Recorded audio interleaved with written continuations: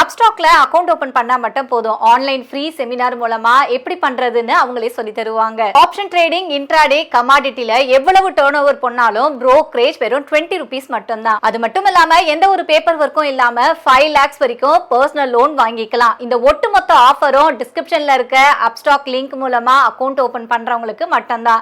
Hi friends, welcome to daily life Tamil. இன்னைக்கு நம்ம வந்து ஒரு டாபிக் தான் பார்க்க போறோம். இதுவும் நம்ம வியூவர் வேற கேட்டிருந்தாரு. இது அவர் கேட்டதுன்றதை விட இது ஒரு முக்கியமான டாபிக்காக தான் எனக்கும் பட்டுச்சு. ஸோ இது கண்டிப்பா எல்லாருக்குமே யூஸ்ஃபுல்லா இருக்கும். நம்ம வந்து அருள்ராஜன் சார் கிட்ட இதை பத்தி பேசலாம். நான் நிகழ்ச்சிக்குள்ள போறதுக்கு முன்னாடி நம்மளோட சேனல்ல வந்து நம்ம வந்து ஸ்டாக் ரெக்கமெண்டேஷன் கொடுக்கறது இல்ல. செபி ரூல்ஸ் பிரகாரம் நீங்க எப்பவுமே முதலீடு பண்றதுக்கு முன்னாடி செபி ரிஜிஸ்டர் அட்வைசர் கிட்ட கேட்டுட்டு முதலீடு பண்ணுங்க. இப்ப நம்ம நிகழ்ச்சிக்குள்ள போலாம். என்ன டாபிக் அப்படின்னு நீங்க மோஸ்ட்லி தம்ப்நெயிலேயே பார்த்திருப்பீங்க. நம்ம வந்து இப்போ ஒரு ரிசல்ட் எல்லாம் வந்துட்டு இருக்கு இல்லையா, அந்த ரிசல்ட் வந்து குறைஞ்சு அதோட ஷேர் வேல்யூ எல்லாம் கம்மி ஆயிடும் இல்லையா, அந்த மாதிரி கம்பெனில நம்ம வந்து முதலீடு பண்ணலாமா, அப்ப அதோட குறைஞ்சதை பயன்படுத்தி அப்படின்ற மாதிரி ஒரு இது, இல்ல வந்து ரிசல்ட் குட்டா இருக்கிற கம்பெனில தான் முதலீடு பண்ணணுமா அப்படின்ற மாதிரி. ஸோ இது ஒரு ஜென்ரலான ஒரு விஷயம் தான். நம்ம முதலீடு பண்றதுன்றதை விட இதுல என்ன வந்து ரெண்டுத்துக்கும் ஒரு பெனிஃபிட்ஸ் இருக்கு அப்படின்றதுதான் கேட்க போறோம். அருள்ராஜன் சார் இருக்காங்க. வணக்கம் சார். வணக்கம் சார். இப்ப நான் சொல்லும் போதே கேட்டிருப்பீங்க சார், இது நம்ம வியூவரும் கேட்டிருக்காரு. இது ஒரு ஜென்ரலான விஷயம் தான். இப்ப நிறைய கம்பெனி வந்து நீங்களே சொல்லியிருக்கீங்க ஏற்கனவே ரிசல்ட்ஸ் எல்லாம் வரும்பொழுது அதோட இது வந்து பாத்தீங்கன்னா ஸ்டாக்கோட பிரைஸ் எல்லாம் நல்லா இருக்கும், ஆனா ரிசல்ட் மட்டும் வந்து சரியா இருக்காது, அந்த மாதிரி நம்ம வந்து பார்க்க கூடாது பட் அப்படின்னு சொல்லியிருக்கீங்க இல்லையா. ஸோ அந்த மாதிரி இப்ப ரிசல்ட் வந்து கம்மியா இருக்கு, ஆனா வந்து அதோட இது வந்து நல்லா இருக்கும், அப்படி ஏதாவது கம்பெனில நம்ம வந்து முதலீடு பண்ணலாமா, அதோட அந்த டைமை பயன்படுத்தி நம்ம இன்வெஸ்ட்மெண்ட் பண்ணலாமா? நல்ல கேள்வி இது. கண்டிப்பா இது எல்லாருமே தெரிஞ்சுக்க வேண்டிய ஒரு விஷயமும் கூட. நிறுவனங்கள் தங்களுடைய காலாண்டு முடிவுகளை வெளியிடுது. காலாண்டு முடிவுகள் அப்படின்றது ஒவ்வொரு 3 மாதத்துக்கு ஒரு முறை வெளியிடக்கூடியது. Q1, Q2, Q3, Q4 அப்படி சொல்லிட்டு ஒவ்வொரு காலாண்டும் லாப நட்ட கணக்குகளை வெளியிடுறாங்க. லாப நட்ட கணக்குகளை வெளியிடும் போது அவர்களுடைய லாபத்தின் அளவுக்கு ஏற்ப, அதாவது சந்தையினுடைய எதிர்பார்ப்பை விட அதிக லாபத்தை அந்த நிறுவனம் காட்டியிருந்தால் அந்த பங்கின் விலை ஏறுவதும், சந்தை எதிர்பார்ப்பை விட லாபமானது குறைவாக இருந்தால் அந்த பங்கின் விலை இறங்குவதும் சகஜமான ஒரு விஷயம். அதுல இன்னும் கொஞ்சம் நுணுக்கங்களும் இருக்குது. ஏன்னா நல்ல ரிசல்ட் வந்தும் பங்குகள் இறங்குவதும், மோசமான ரிசல்ட்டுகளை வந்து பங்கு ஏறுவதும் அது வந்து இன்னொரு கோணம், அது தனியா பார்க்கலாம். இப்போதைய கேள்வி என்ன அப்படின்னு பார்க்கும்போது, நிறுவனங்கள் வெளியிடக்கூடிய அந்த நிறுவனங்களுடைய லாப நட்ட கணக்குல ஏதோ லாபம் குறைந்திருக்கிறது, அதனால வந்து கண்டிப்பா இந்த நிறுவனம் அப்படின்றது விலை குறைய செய்யும் அப்படின்றது ஒரு முக்கியமான ஒரு விஷயம்தான். அப்படி குறையும் போது நாங்க இது வந்து வீக்கா இருக்குதே, அதனாலதானே விலை குறைஞ்சிருக்கு, வருங்காலத்துல இது நல்லா இருக்கும், இப்ப நம்ம வாங்கலாமா அப்படின்ற ஒரு கோணத்துலதான் கேள்வியும் கேட்கப்பட்டிருக்கதான் நான் பாக்குறேன். இதுல என்ன கவனிக்கணும் அப்படின்னு சொன்னா, ஒரு நிறுவனம் காலாண்டு முடிவுகளை வெளியிடும் போது சந்தை எதிர்பார்ப்பை விட குறைவான லாபமோ இல்ல அவர்களுடைய தொடர் சரிவு, அதாவது போன தடவை வந்த லாபத்தை விடவும் முந்தைய காலாண்டை, அதாவது கம்பேரபிள் குவார்ட்டர்ஸை விடவும் குறைவாகவும் இருக்கிற ஒரு சூழல்ல விலை குறையறதுக்கான வாய்ப்பு இருக்கா அப்படின்னா கண்டிப்பா விலை குறையும். ஸோ இப்படி விலை குறையும் போது நமக்கு வந்து பங்குகளை வந்து வாங்கி வைக்கிறது அப்படின்ற ஒரு கேள்விதான் இப்ப நம்ம கண் முன்னாடி நிக்குது.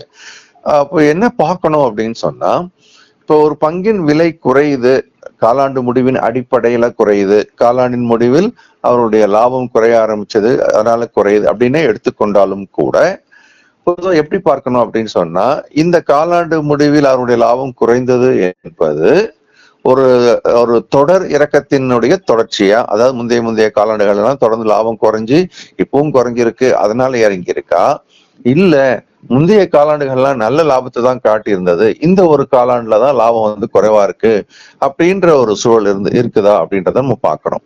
இப்ப தொடர்ந்து இறங்கக்கூடிய லாபம் குறையக்கூடிய சூழலா இருந்தது அப்படின்னா அந்த பிரச்சனைன்றது நீண்டகால பிரச்சனையா பார்க்கணும். மற்ற காலாண்டுகள் எல்லாம் நல்ல லாபத்தை கொடுத்திருக்காங்க, ஆனா இந்த ஒரு காலாண்டுல லாபம் குறைஞ்சிருக்கு அப்படின்னு சொன்னா அது வந்து நம்ம கொஞ்சம் ஆய்வு செய்து பார்க்க வேண்டும், இது தற்காலிக பிரச்சனையா அப்படின்னு சொல்லிட்டு.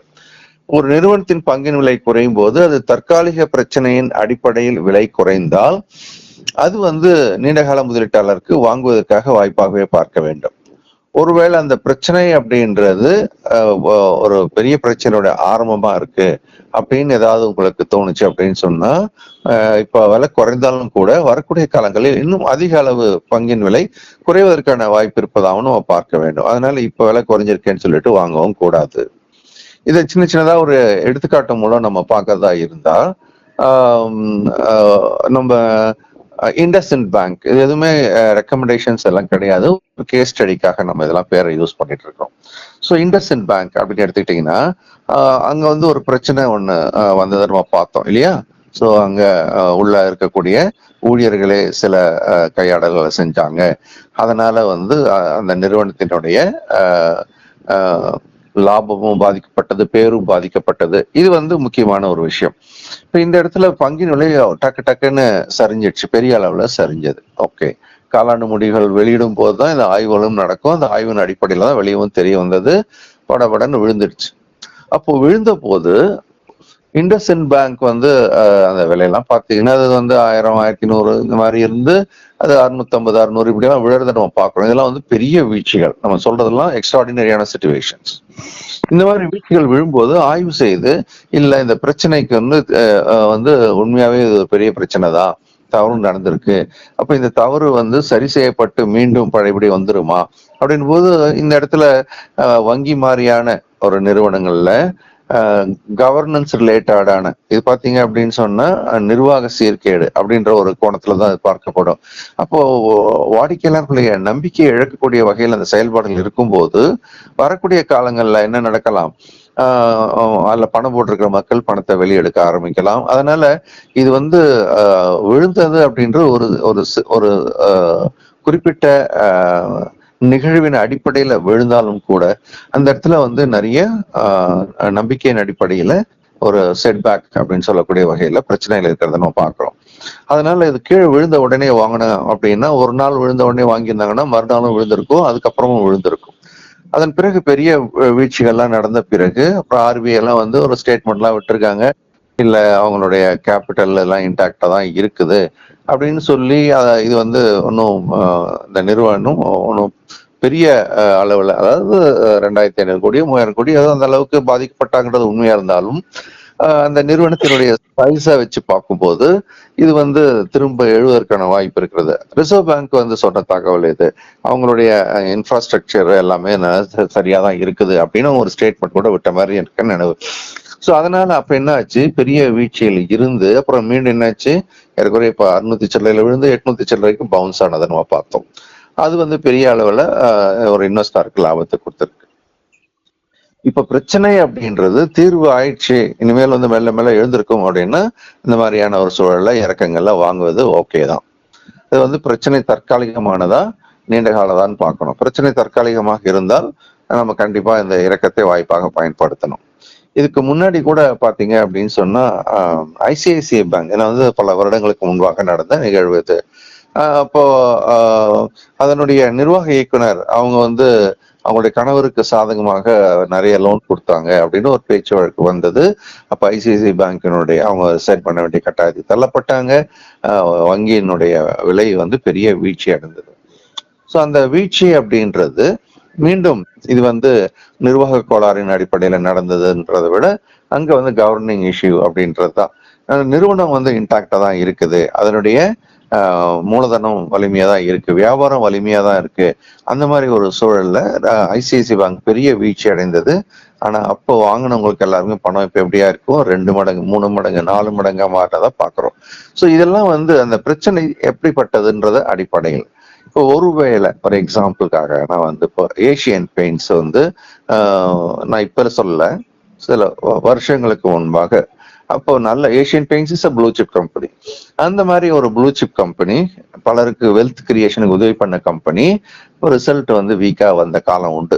ரைட்டா, இது நான் சொல்றதெல்லாம் ஓல்டு ஸ்டோரி, பட் எக்ஸாம்பிளுக்கு சூட்டபிளா இருக்கிறதுக்காக அதை எடுத்து சொல்லிட்டு இருக்கிறேன். இப்போ ஏஷியன் பெயிண்ட்ஸோட லாபம் குறைய ஆரம்பிச்சது அப்படின்னு சொல்லும் போது பொதுவாகவே எல்லாருக்குமே அடடா இது ஒரு நல்ல கம்பெனி தானே, இப்ப லாபம் குறைவா இருக்கிறது வந்து ஒரு தற்காலிகமான ஒரு பிரச்சனை தான் இருக்கும் அப்படின்னு நினைச்சு இருந்த ஒரு காலகட்டத்துல அதன் பிறகு பாத்தீங்கன்னா பெயிண்ட் இண்டஸ்ட்ரியில இவர்களுக்கு போட்டியாக ஜாம்பவான்கள்லாம் உள்ள வர ஆரம்பிச்சாங்க. பிர்லா குரூப்லாம் உள்ள வந்து பெரிய லெவல்ல அவங்க உள்ள வந்தாங்க. ஸோ அது காம்படிஷன் அதிகப்படுத்துச்சு. ஜேஎஸ்டபிள்யூ அதே மாதிரி பெயிண்ட் இண்டஸ்ட்ரிக்குள்ள பெரிய பெரிய கார்பரேட்ஸ்லாம் உள்ள வந்தாங்க. வரும்போது போட்டி அதிகமானதை நம்ம பார்க்குறோம். அந்த போட்டி அதிகமானதன் அடிப்படையில இவங்க வியாபாரமும் குறைய ஆரம்பிச்சது. அந்த வியாபாரம் குறைய ஆரம்பிச்ச பிறகு என்னாச்சு, படிப்படியா இறங்கி அப்புறம் இன்னும் அதிக அளவுல இறக்கத்தை கண்டதை நம்ம பார்க்கிறோம். இன்னும் அது பெருசா மீண்டு எழவில்லை. இப்பதான் கொஞ்சம் எழ ஆரம்பிச்சிருக்கிறது உண்மைதான். அதே சமயம் இது வந்து அவங்க உச்சத்துல யாராவது வாங்கியிருந்தாங்க அப்படின்னா இன்னும் நிலைமை அவங்களுக்கு மோசமா தான் இருக்கும். ஒரு காலாண்டுல மோசம் ரிசல்ட் மோசம், அதனால நான் வாங்கிட்டேன், ஆனா ப்ளூ சிப் கம்பெனி நல்ல கம்பெனி அப்படின்னு சொல்லி அப்படி சொன்னாலும் கூட நம்ம எதை கவனத்துல எடுத்துட்டு பார்க்க வேண்டும். ஸோ இந்த ஒரு நிகழ்வு, அதாவது ரிசல்ட் வீக்கா இருக்கு, அதனால விலை குறையுதுன்றது எதனால, தற்காலிகமான பிரச்சனையா இல்ல நீண்டகால பிரச்சனையா? ஏசியன் பெயிண்ட்ஸை பொறுத்த வரைக்கும் அது கொஞ்சம் நீண்டகால பிரச்சனையா தான் மாறியது. ஏன்னா போட்டியாளர்கள் உள்ள நுழைஞ்சு மார்க்கெட் ஷேரை கேப்சர் பண்ணும்போது இவங்ககிட்ட தான் அந்த மார்க்கெட் ஷேர் இழப்பு ஏற்படுகிறது. ஏன்னா இவங்க தான் மார்க்கெட் லீடர். ஸோ அந்த இழப்புல இருந்து அவங்க மீண்டு எழுவதற்கு இப்ப பல்வேறு முயற்சிகளை பண்ணிட்டு இருக்காங்க. இப்ப இதை வந்து இப்ப திரும்ப அது டேர்ன் அரவுண்ட் ஆகக்கூடிய ஒரு சூழல் இருக்கு. அது வேற கதை. இப்போதைக்கு ரிசல்ட்டின் அடிப்படையில நம்ம பார்க்கும்போது சில எக்ஸாம்பிள்ஸ் கொடுத்தேன். பிரச்சனையின் அடிப்படையில விழும்போது வாங்கக்கூடிய ஒன்றதும், பிரச்சனை அடிப்படையில விழும்போது உடனே வாங்கக்கூடாது அப்படின்றதையும் ரெண்டு விதமான கோணத்திலையும் நான் சில எடுத்துக்காட்டுகளை சொல்லி எக்ஸ்பிளைன் பண்ணியிருக்கேன்.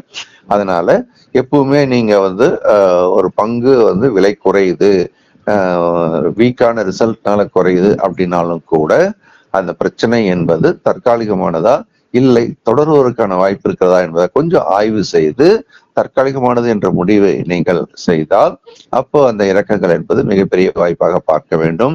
அதுக்காக ஒரே சமயத்துல நிறைய பணத்தை ஒரு நிறுவனத்துல போடக்கூடாது. உங்க போர்ட்போலியோ அலோகேஷன்ல ஒரு நிறுவனத்துக்கு எவ்வளவு அலோகேட் பண்ணிருக்கீங்களோ அதெல்லாம் நீங்க மைண்ட்ல வச்சுக்கிட்டு பண்ணணும் இல்லையா. 10% அதாவது 5% அப்படின்றது 20 பங்குகளை ஹேண்டில் பண்ணா, 10%ன்றது ஒரு பங்கை ஹேண்டில் பண்ணா, அது கூட ஒரே சமயத்தில் முழு பணத்தையும் போடக்கூடாது, பிரிச்சு போடணும்னு சொல்லிட்டே வரேன் இல்லையா. நான் தொடர்ந்து சொல்லக்கூடிய தங்க விதிமுறையின் அடிப்படையில. அதனால இந்த கேள்விக்கு நல்ல ஒரு பதிலாகவும் அமையறதோடு மட்டுமல்லாமல் நீங்களும் நிறைய பங்குகள் விலை குறைய வாய்ப்பு வரும்போது டக்குன்னு போய் வாங்கிடாம அதனுடைய பிரச்சனையுடைய ஆழத்தை தெரிஞ்சுக்கிட்டு அது தற்காலிகமாக இருந்தால் மட்டுமே வாங்குங்கள். அதுவும் பகுதி பகுதியாக, இல்லை என்றால் அதை விட்டு தள்ளி நிற்பது நல்லது. Okay sir. ஸோ இந்த ஒரு சிக்கலான விஷயத்துக்கு வந்து சார் ரொம்ப தெளிவா வந்து கொடுத்துருக்காரு. ஸோ இதில் சொன்ன ஸ்டாக்ஸ் எல்லாம் வந்து ரெக்கமெண்டேஷன்ல இதெல்லாமே ஒரு உதாரணத்துக்காக எதெல்லாம் எப்படி போயிருக்கு அப்படின்றத சொல்லியிருக்காரு. சார் நம்மளோட அடுத்த கிளாஸஸ் வந்து சொல்லிடுங்க சார் அப்படியே. ஆமா, வர சண்டே, அதாவது வர சண்டே தான் 9:30 மணில இருந்து காலை 1:30 மணி வரைக்கும் இது வந்து ஒரு பேசிக்ஸ் ஆஃப் ஸ்டாக் மார்க்கெட் பயிற்சி வகுப்பு இருக்கு. ஸோ இந்த பயிற்சி வகுப்புல பங்கு சந்தைக்கு புதுசா வரக்கூடியவர்கள், இப்பதான் வந்திருக்கோம், ஒரு மாசம் தான் ஆகுது அப்படின்றவங்க கூட கண்டிப்பா இதுல நுழைஞ்சு சரியான டைரக்ஷன்ல தங்களுடைய பங்கு சந்தை வாழ்க்கையை நடத்துவது நல்லது. உங்களுடைய நண்பர்கள், உறவினர்கள் எல்லாருக்குமே இதை கொஞ்சம் தெரியப்படுத்தணும்னு ஒரு வேண்டுகோளை வைக்கிறேன். அது இல்லாம அடுத்த ப்ரோக்ராம், நம்மளுடைய வயசான காலத்துல எப்பயும் வருமானம் இருக்க போறது இல்லை இல்லையா, எல்லாம் செலவாதான் இருக்கும். அதுக்கான ஒரு போர்ட்போலியோ தயார் பண்ணி ஒரு கார்பஸை கிரியேட் பண்றதுக்கு இப்ப இருந்தே வேலை ஆரம்பிக்கணும். ஏன்னா ஒவ்வொரு நாளும் ரொம்ப முக்கியம். தள்ளி போட we lose the அந்த பவர் ஆஃப் காம்பவுண்ட் கூட இம்பாக்ட லூஸ் பண்றோம். அதே சமயம் கொஞ்சம் ரெகுலரா இன்கம் நம்ம பார்க்கணும்னாலும் அதுக்கும் நிறுவனங்களை தேர்வு பண்ணுவது எப்படி, எங்க வாங்கணும், எங்க வைக்கணும் அப்படின்றதெல்லாம் லேர்ன் பண்ணக்கூடிய ஒரு பயிற்சி வகுப்பு தான் master stock market program. So இந்த ப்ரோக்ராம் அப்படின்றது இரவு 8 to 9 மணிக்கு ஆன்லைன்ல நானே தான் தமிழ்ல எடுக்கிறேன். மண்டே டு ஃப்ரைடே 4 வார கால பயிற்சி வகுப்பு. இது கூடவே நான் அட்வான்ஸான ப்ரோக்ராம் பண்ண விரும்புறேன் அப்படின்னு சொன்னீங்கன்னா இன்ஸ்டிடியூஷன்ஸ் எல்லாம் எப்படி வியாபாரம் பண்றாங்க அப்படின்றத சொல்லி கொடுக்கக்கூடிய லைவ் மார்க்கெட் ப்ரோக்ராம் இருக்கு, மென்டர்ஷிப் ப்ரோக்ராம் SFL சொல்லிட்டு. இதுவும் மண்டே காலையில 10 மணிக்கு ஆரம்பிச்சு 12 மணி வரைக்கும் 2 மணி நேரம் மண்டே டு ஃப்ரைடே 4 வார கால பயிற்சி வகுப்பு. Okay sir. ஸோ இந்த கிளாஸஸ்லாம் உங்களுக்கு வந்து வரிசையா வந்துகிட்டே இருக்கு. உங்களோட நாலேஜுக்கு ஏற்ற மாதிரி நீங்க எந்த கிளாஸஸ்ல வேணாலும் ஜாயின் பண்ணிக்கலாம். ஸோ ஜாயின் பண்ணணும்னு நினைக்கிறவங்க ஸ்க்ரீன்ல இருக்க நம்பருக்கு காண்டாக்ட் பண்ணுங்க, இல்லை வாட்ஸ்அப் பண்ணா கூட உங்களுக்கு டீட்டெயில்ஸ் கிடைக்கும். நம்ம வியூவர்ஸ்க்கு நிறைய ஆஃபர்ஸ்லாம் இருக்கு. ஸோ இமிடியேட்டா கால் பண்ணுங்க. Thank you sir. நன்றி.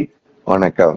ஓகே ஃப்ரெண்ட்ஸ், மறுபடியும் அடுத்த வீடியோல பார்க்கலாம். அப்ஸ்டாக்ல அக்கௌண்ட் ஓபன் பண்ணா மட்டும் போதும். ஆன்லைன் ஃப்ரீ செமினார் மூலமா எப்படி பண்றதுன்னு அவங்களே சொல்லி தருவாங்க. ஆப்ஷன் ட்ரேடிங், இன்ட்ராடே, கமாடிட்டில எவ்வளவு டர்ன் ஓவர் பண்ணாலும் brokerage வெறும் 20 rupees மட்டும்தான். அது மட்டும் இல்லாம எந்த ஒரு பேப்பர் ஒர்க்கும் இல்லாம 5 lakhs வரைக்கும் பர்சனல் லோன் வாங்கிக்கலாம். இந்த ஒட்டுமொத்த ஆஃபரும் டிஸ்கிரிப்ஷன்ல இருக்க அப்ஸ்டாக் லிங்க் மூலமா அக்கௌண்ட் ஓபன் பண்றவங்களுக்கு மட்டும்தான்.